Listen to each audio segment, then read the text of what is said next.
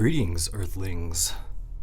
Today, we have in the studio myself, the artist for Chapter 5.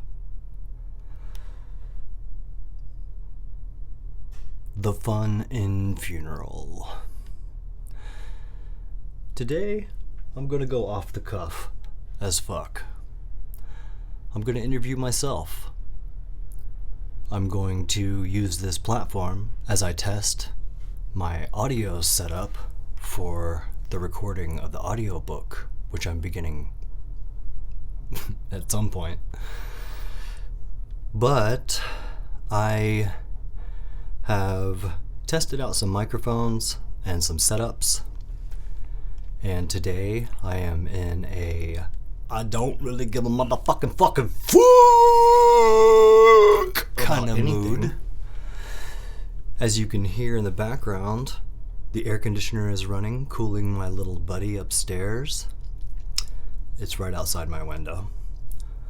The dryer is washing some cat-pissed moving blankets that I'm going to set up around the setup here. I've been trying to create a comfortable, low-noise room, and last night I kind of hit a wall. I want to produce the best product for my book in the audiobook, and I'm a little nervous about delivering that. But as I've stated before, I am surrounded by many senseis, and perhaps the greatest of all is Demon, man. And he is so selflessly taken a group of people on his own to try to light us up with his knowledge. People like myself are resistant. And by people like myself, I mean myself. So, Robert, you created a piece of artwork for this book, right? So how did your self-deprecating self come to this conclusion? Well, I'm so happy that you asked, Robert. Listen, man, I have loved painting since I was a child. I remember finger painting, and I remember running with scissors in the art class. And I remember falling in love with all of the artists and wishing I had all of their talents. And, today I'm not going to be editing anything because time is precious, and I'm going to have to cut here in a second to take my boy to gymnastics class. But I'll answer your question, Robert, since you asked. Check it out. I wanted to put something on the page that was real, and I also saw it as an opportunity to dive into many different mediums. Charcoal. I sketched some charcoal out there, and I think at one point I had attached some strings to some fans and dipped the strings in paint and let the fans blow the strings onto the canvas to create a sense of movement with the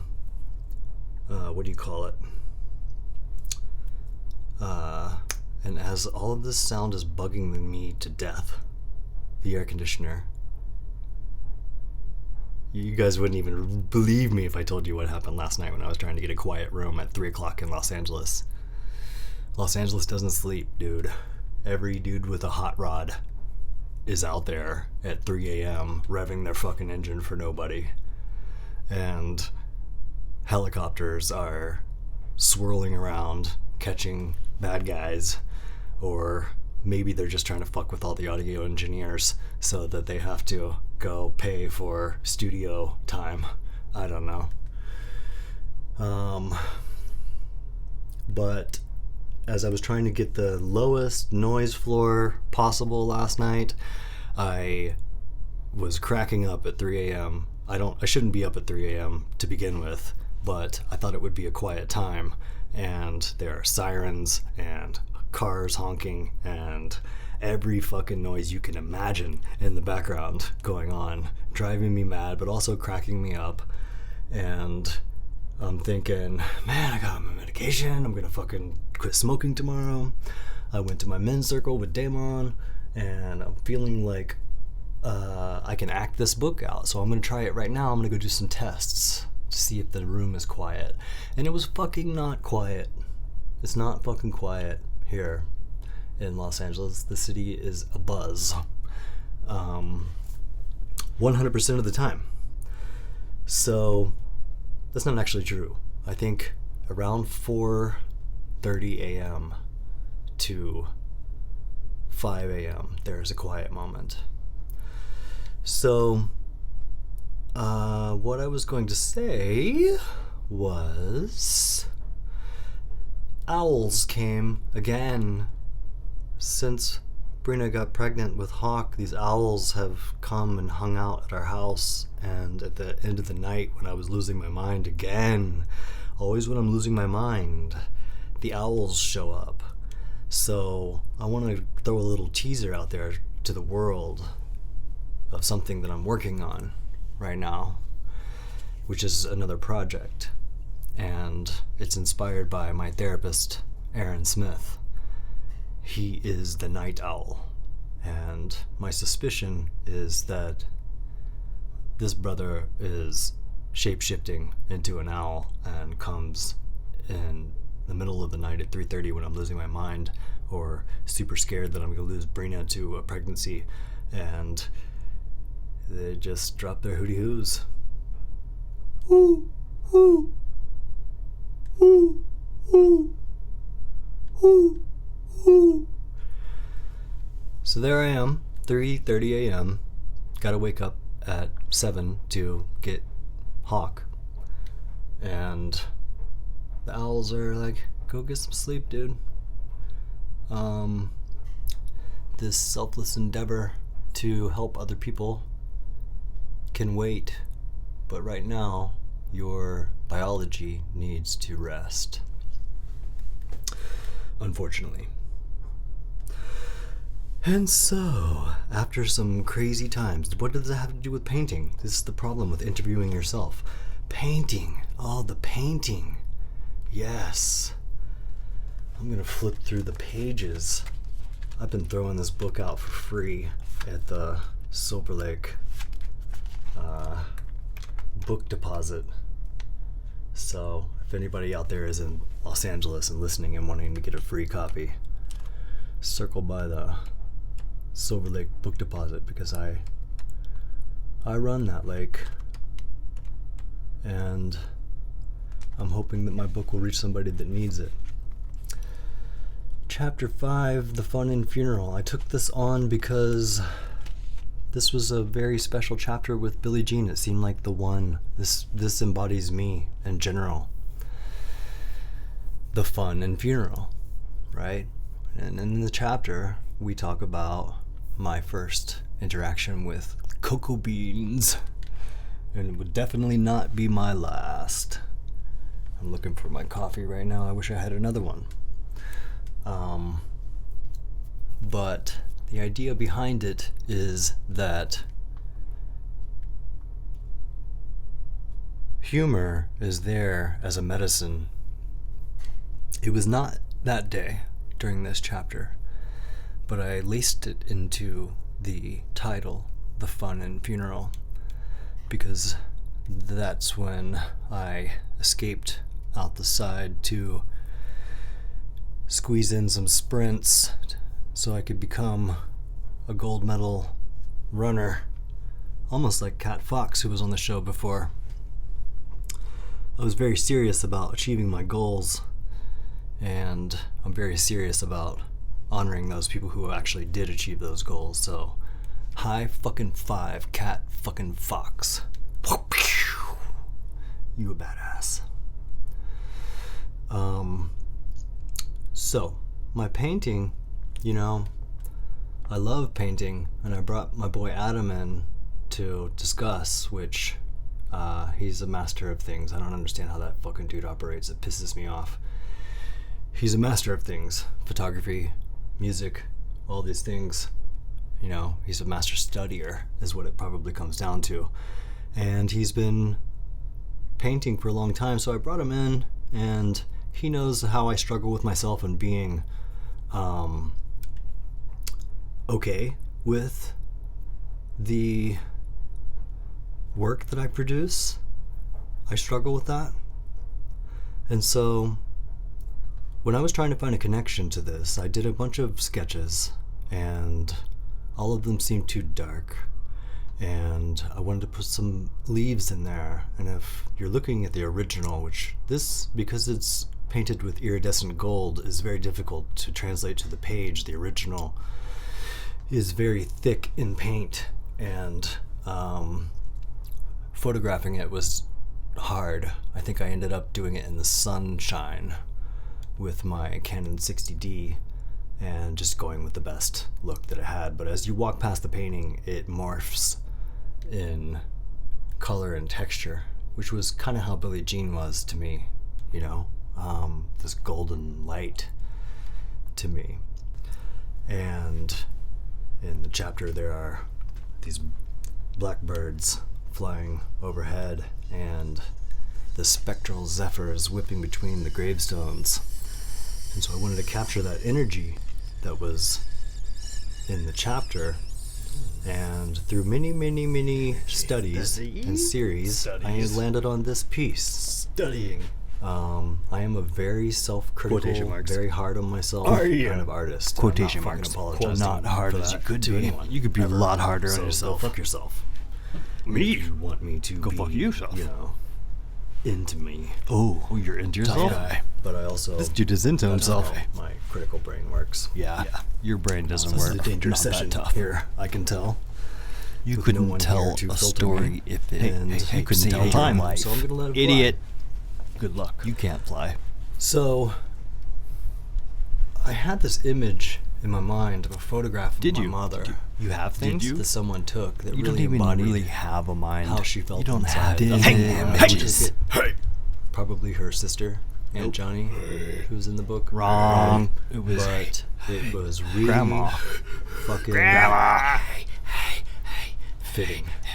Was it? And I knew that face that she Was it? Your clothes don't even fit. Whoa. Wait. things. I had no idea what she was thinking. Let's cut this dude. What happened in the photograph of the thing that this idiot is talking about is my house had burned down in Savannah, Georgia, and my mother and father had came to Savannah to help me go through the ashes, and we were taking a break from going through the ashes of my shit, and we were in the Savannah market, and my mom just wasn't fucking feeling anything at the moment, and my dad had taken on his mother to live with us, I think,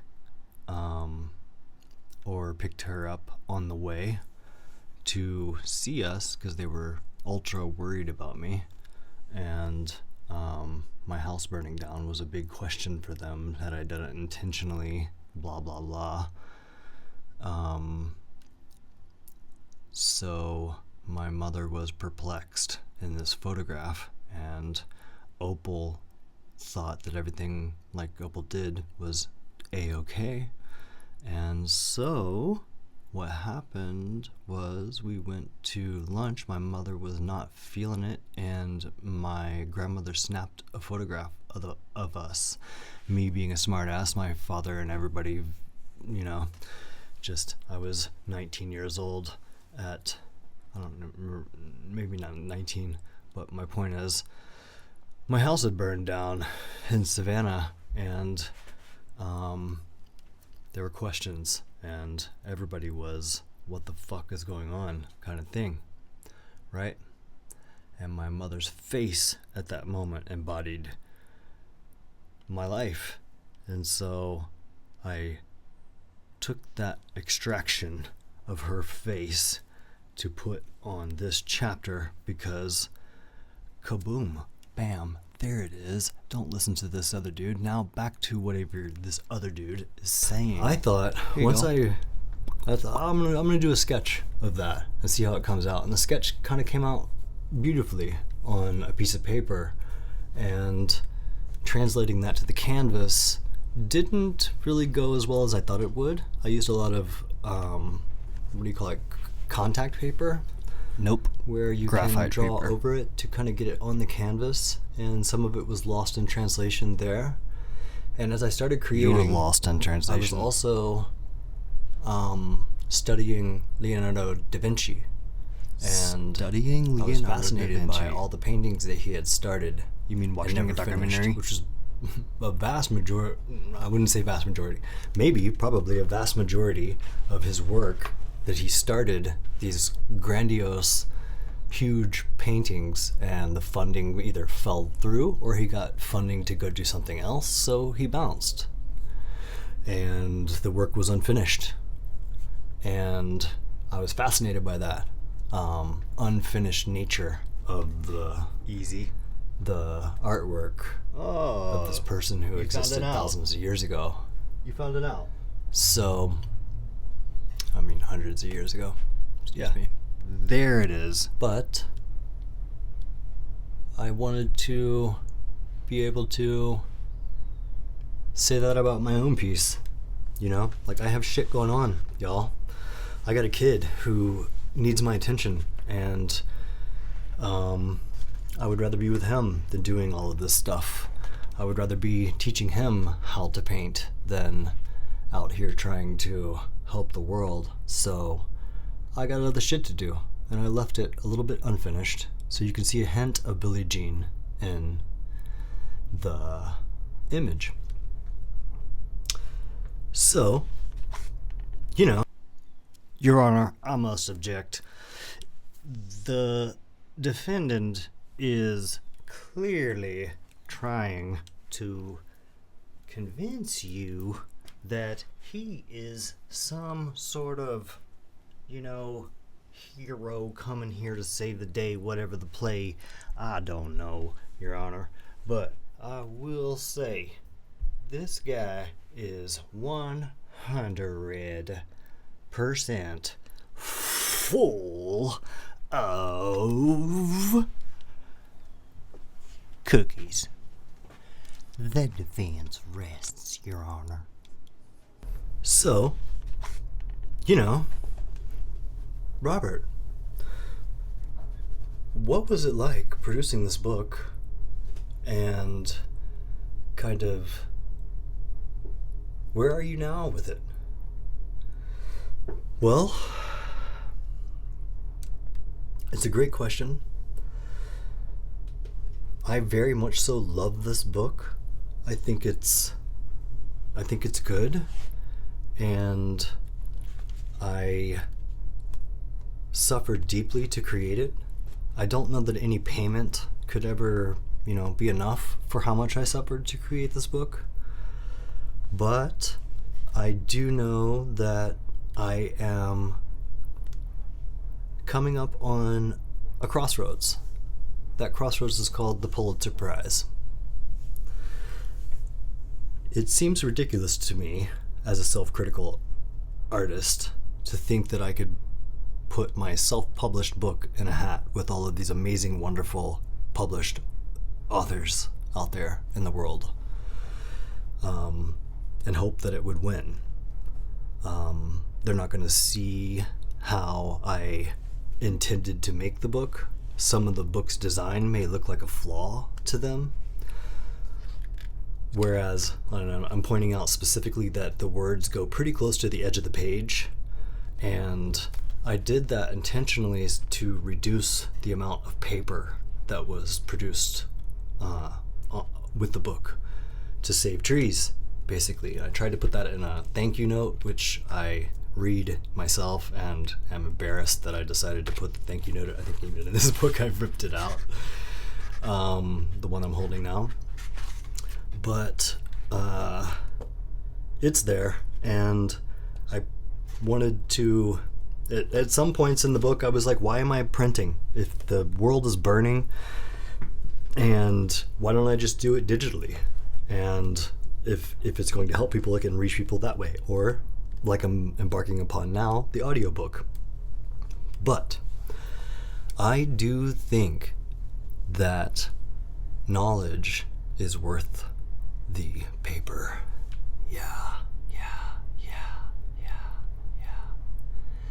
Knowledge is worth the paper. And there is a wide breadth of knowledge in this book that was gained by me, instilled in me by others, and lately, where am I with the production of this book is feeling pretty silly at the moment, because I somehow have fallen down the rabbit hole of the news and what the fuck is going on out there with all these rich motherfuckers that are running countries, trying to start wars for their own agendas, while we all are going to suffer the consequences of this shit. Yo. And that's kind of how the book ends when I mention, I'm not going to ruin it for those who haven't read it, but I make nod to, none of this is guaranteed, and it can end at any moment. And so I'm all about shielding up and being myself until that fucking bomb hits of whatever it may be, being a good person to the neighbors and the loved ones that are out there that had good intentions, doing whatever the fuck they want. But I do want to say, I wrote a book about peace and anti-violence in a time, and anti-racism, in a time when all of this is sparking up so heavily. So I'm a tiny little light, and I feel like a very, very small spark of light that maybe if one of these books survives out there in the wilderness when there's only 3 people left, if they read this book and gain anything from it, or that there was one human who thought maybe you shouldn't kill other people, for any reason whatsoever, or harm other people, then maybe they will restart a civilization worth living in, because this one has gone on long enough. And I think at this point it's gotten pretty ridiculous with the lives that are being wasted for egotistical bullshit. So, there's my stomach gargling. Damn, that professor was right. Guess this is what happens when you don't eat for 2 days. Or sleep. But I'm in my Karate Kid stance at the moment at the microphone with you all here, wondering if my kid is awake, or if I'm going to get a text message, because I got to take him to gym class, and I'm doing a quick podcast, no edits, straight to the mission. He woke up at 12:20, seems like 2:20, right? I'm going to send a message back to them and say, cool, period. I'm just wrapping up a podcast, and I'll be up in a jiffy. So,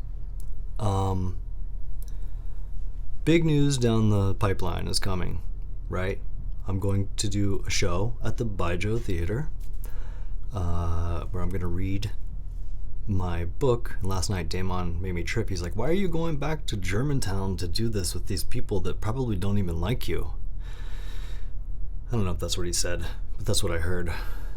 Or maybe he said I didn't like them or something. I was like, maybe you didn't read the book, dude? Like, all my book is gratitude, Like, all of it, especially for that small town that maybe didn't prepare me for the assholeness of the world, but will always make me miss what real kind people can be.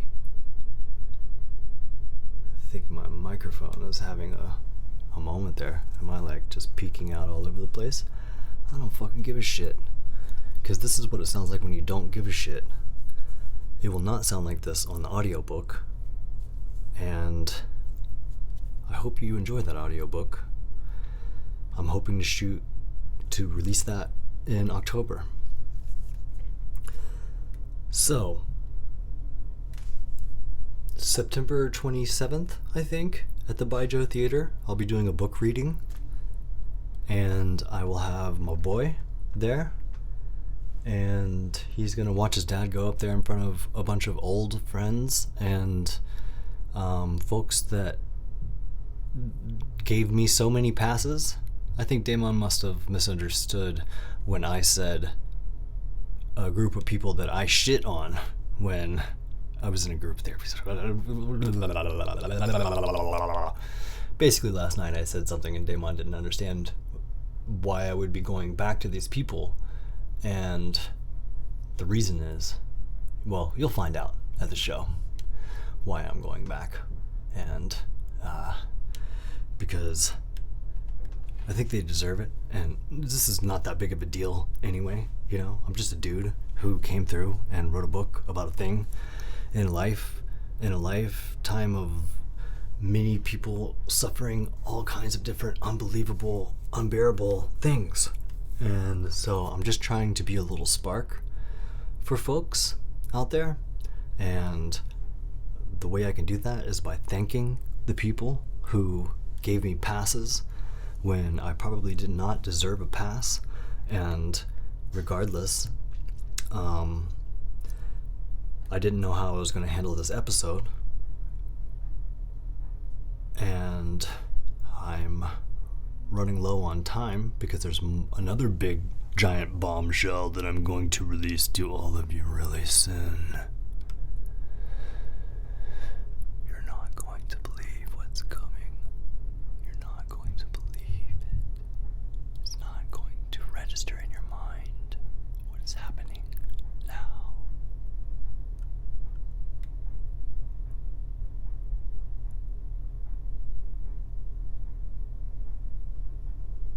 Hey you. If anyone is listening to this and you are an artist, please reach out to me and schedule your podcast.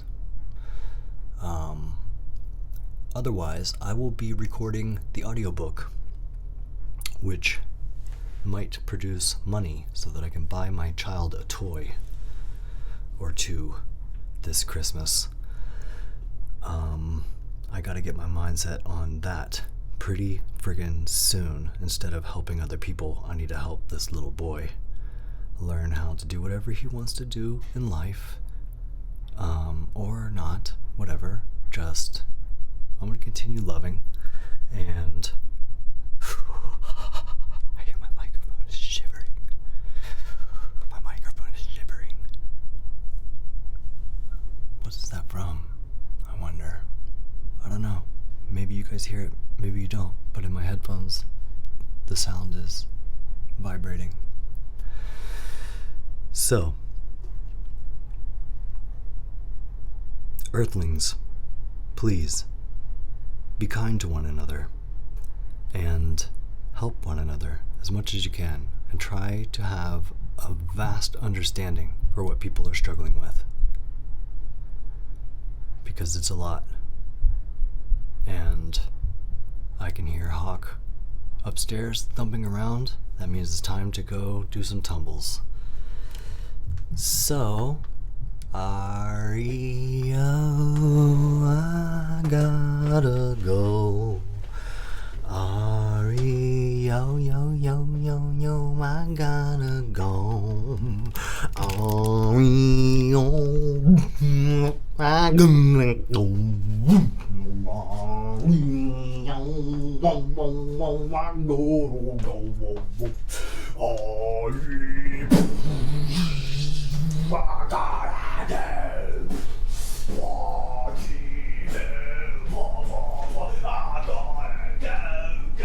Change my fucking laundry.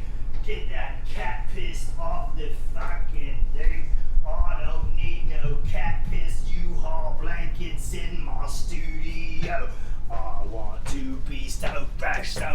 clean, clean, clean, clean, clean, clean, clean, clean. I need to be so fresh, so clean, clean, clean, clean, clean, clean, clean, clean, clean. If you're clean, clean, when gets mad, I go into the pan.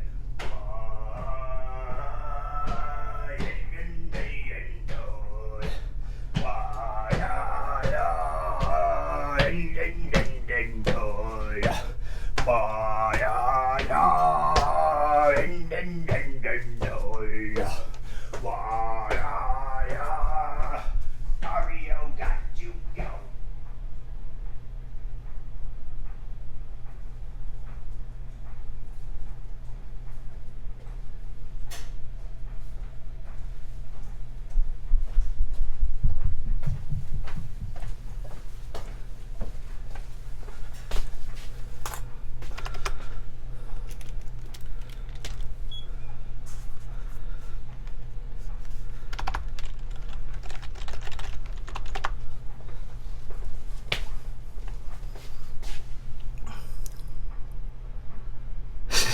I bet that shit is so loud, dude. Yeah, Isotope gonna clean this up. Cedric's piece of art. Hold on, we're gonna look at this book. Yeah? Oh, look at there's Harold's stars. Yeah. Oh, stars. Yeah. And then we go over here. There's Ash. Can you say Ash? Can you say Ash? No. No? It's just not gonna happen? Or can you say ashes? Cookie. You want a cookie? To be able to, if you say ashes, I'll give you a cookie. Ash. That's right. Ashley Dawson. She created that piece. And you have met her. Let's go see what's next. Oh, there's Daddy's piece. That's Dada. Dada did this of your grandma. Mama. Can you say mama? Mama. Good job. You did it. Look, this is Davi's piece. Here's a little boy looking in a mirror with a mask. Cookie. Cookie. Yeah, you just want a cookie. Does it look like a cookie? Davi's look like a cookie? Yeah, it kind of looks like a cookie. Yeah. Cookie. Cookie. Yeah, cookie. Big cookie. Big cookie. Yeah. These cookies were sent to us courtesy of Damon. Mama. What? Damon? Oh yeah. We'll get there. We're gonna get there. Oh yeah? But where were we? Here we go. We're moving on to chapter. We'll skip chapter 7 for this episode. Chapter 8, Wildfire. Look at those hands. Yeah, that's Nicole. Can you say Nicole? Cool. That's right. Look at those hands. Cool. So, moving on. Faster. Steve Gendron. Can you say Steve? Dave. Seems you have out of tuned my guitar. I like it out of tuned, like you've done. I like what you've done with the guitar. But don't touch that guitar, because that guitar is special. Eat cookie. Cookie. You still have your cookie? You didn't eat that? You're a very practical boy. Ah, yeah, that Wow. is our. Wow. Rah. That's Cunyan. He is a piece of artwork from Mexico. Yeah. Do you like Cunyan? Yeah? Nothing like a podcast poo-poo. Podcast. Can you say podcast poo-poo? Can you say podcast poo-poo? Cookie. Cookie. I know you keep seeing a cookie. Cookie. Cookie. Cookie. Can you say bye-bye podcast? Bye bye. Cookie. Cookie. Yeah, watch. Dada should eat that cookie. You're right.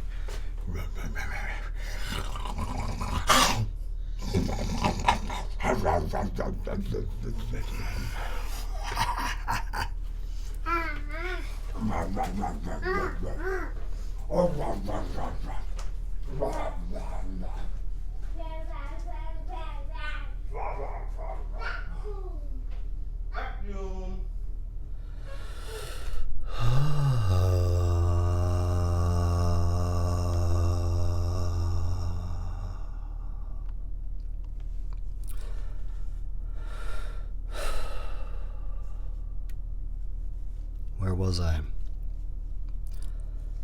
Oh yeah. What is the fun in funeral? Well, the fun is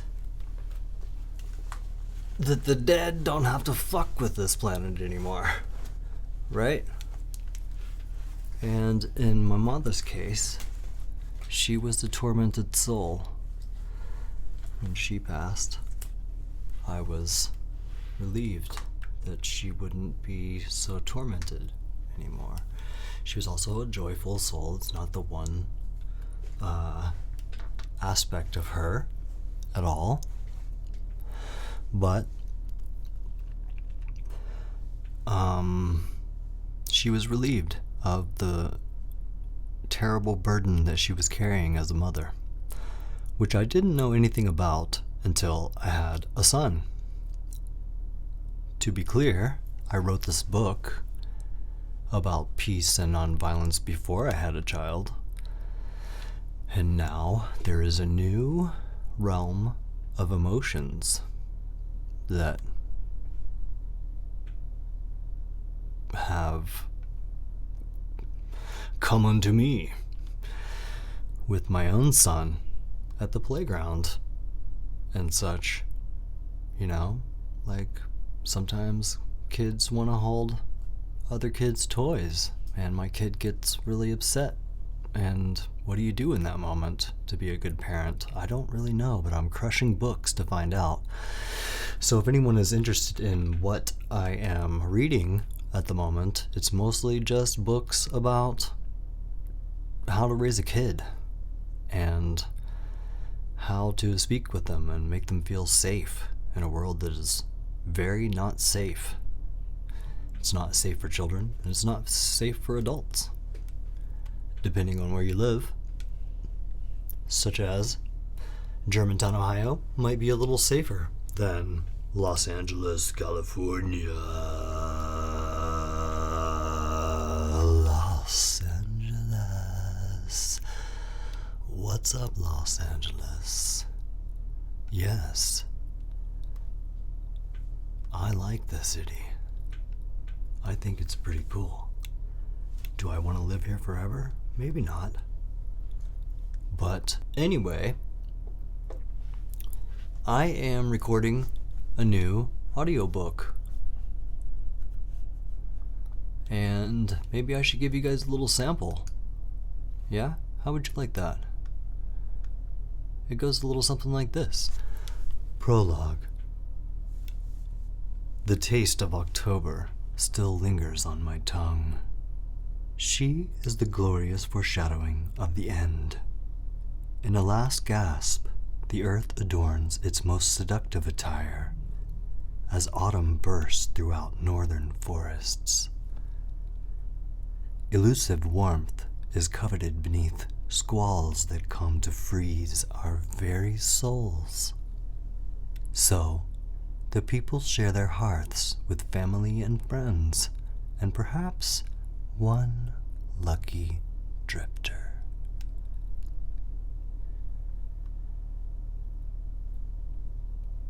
That's it. That's all you're gonna get today. It's been a crazy day, as every day is. I had a fight with the